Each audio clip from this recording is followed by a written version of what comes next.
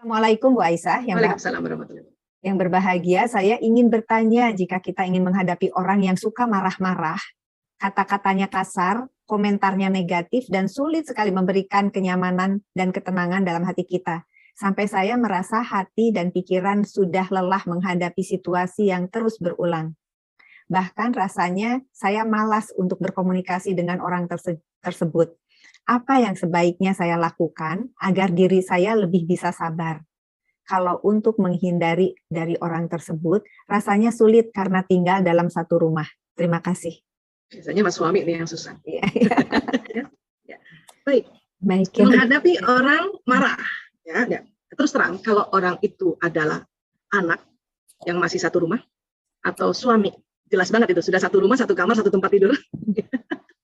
So, misalnya ya, mungkin ipar yang satu rumah.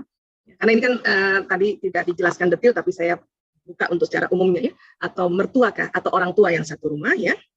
Kalau alam siapa orangnya ini, memang kita ya sulit mengambil waktu untuk merilis ya emosi-emosi ini supaya naik ke atas. Ya, nah, tapi sekali lagi ya kita ini Allah kasih waktu pada saat kita sholat.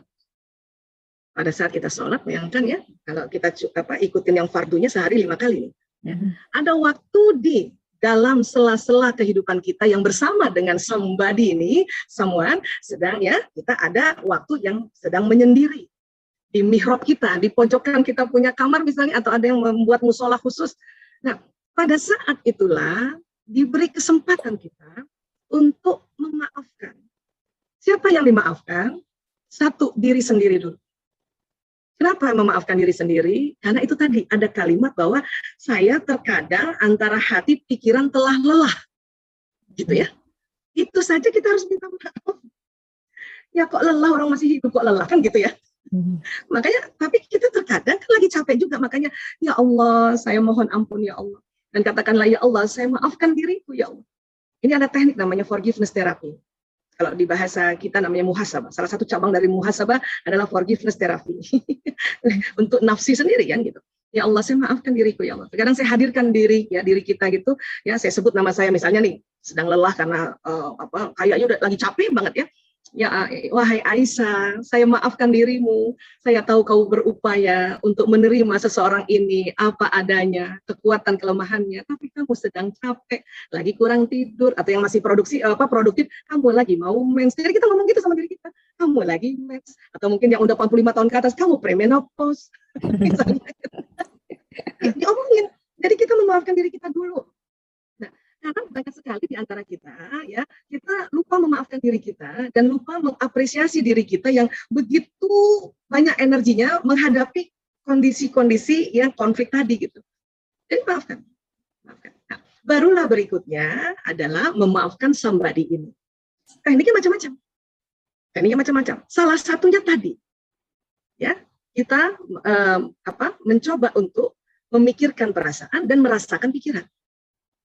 Tentu tuh tadi saking lelahnya itu kan yang kepikiran yang pasti yang bikin gak enak perasaannya terus kan ya dia acukan saya, oh gak enak perasaan saya lebih gak enak gitu ya, saya ngomong mukanya gak lembut, oh perasaan lagi gak enak. Kalau ini suami ya WA panjang lebar gak dijawab, perasaan lagi gak enak gitu ya, diajak ngomong nonton TV, perasaan lagi gak enak gitu ya. No, itu tentu tuh banyak banget yang pikiran muncul ini di sini ya, lebih tidak enak. Terus cari sampai dapat satu aja yang muncul pikiran kita bahwa tapi dia ya baik juga sih misalnya gitu ya, tapi dia ya kalau aku misalnya dia pergi kemana-mana sempat juga tuh ya bawain martabak walaupun sudah 30 tahun sekali misalnya gitu ya. Atau mungkin ya kita kan di sini memori ini kan banyak nih, munculin sampai dapat satu peristiwa yang kita ingat di memori ini kemudian membuat perasaan lebih enak, atau mungkin pelajaran bahwa suamimu jembatan surgamu itu satu, itu kan agak lebih enak tuh. Di antara yang nggak enak, itulah pakai teknik tadi diamplifikasi. Ya, langsung habis sholat, apalagi habis sholat sudah rileks semuanya, tinggal tenang, ya Allah, ya begitu banyaknya penatnya hatiku, pikiranku terhadap suamiku ini karena bikin nggak enak terus. Tapi alhamdulillah ada satu ya Allah yang mungkin agak enak. Nah itu ngomong sendiri dalam hati. naikkan sampai 10. Ya Allah, saya memperbesar rasa ini, ya Allah. Istilahnya amplifikasi. 1, ngitung aja. 2, nah waktu kita ngitung, bayangin 1, 2 itu naiknya ke atas gini. 1, 2, 3. Itu ya, ini nih jantung ini, yang tadinya berputar itu, tadi kan itu yang tadinya berputar, yang tawaf tadi, yang tadinya lambat. 2, 3, 4, 5, 6, 7, 8, 9, 10. Itu yang terjadi di sodor kita. Itu yang kencangnya luar biasa ya, langsung malah jadinya bersyukur. Sudah sampai 10 ya, amin ya Allah, hadirkan somebody itu, orang yang di depan kita, baru kirimkan Al-Fatihah dan salawat. Baru tuh setelah Al-Fatihah, setelah salawat, sampaikan, ya Allah, sampaikan salamku padanya. Aku berharap sih dia kalau aku ngomong, lihatlah mukaku sebarang sebentar, tak mengapalah. Ya Allah, saya berharap, itu sampaikan. Apakah terdengar oleh orang itu? Iya. Kenapa? Tadi kita sudah belajar bahwa apa yang kita pikirkan, apa yang kita rasa itu ada gelombangnya. Dan dia sampai ke orang tersebut. Menembus rintangan dinding, menembus rintangan waktu, menembus rintangan tempat, dan sebagainya. Bahkan menembus rintangan alam. Nah itu yang kita mau pakai. Makanya salah satunya teknik ini bisa pakai teknik seperti ini. Apalagi ini, kayak kasus-kasus kayak gini nih Bu Isya nih. Yang sudah lelah banget. Yang sudah mencoba beristighfar gitu ya. Nah, sekarang harus lurusin dulu nih. Karena banyak orang ngomong gini, saya kok udah istighfar, tapi kok belum saya ikhlas juga. Bu, udah syukur istighfar. Kalau nggak istighfar, lebih parah lagi tuh. Gitu, cara berpikir begitu. Maka pakailah teknik muhasabah ini dengan cara satu aja. Daripada yang tadi nggak enak, ada satu. Walaupun mungkin itu munculnya karena ilmu. Buktinya nggak enak, bertahan 30 tahun. Maksudnya aku. 30 tahun ya, Bu ya. Sesuatu. Ada sesuatu gitu kan yang memang kita harus cari, harus searching, googling dia di otak kita itu, cari apa yang terjadi nanti.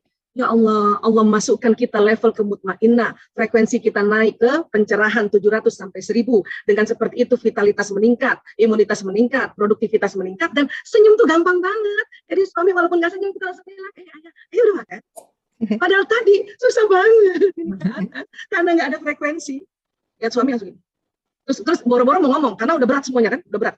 Ya, biar aja dicari makan sendiri. Gitu ya.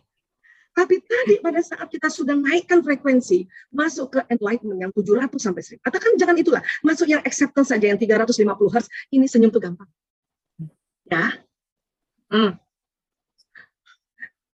Ya.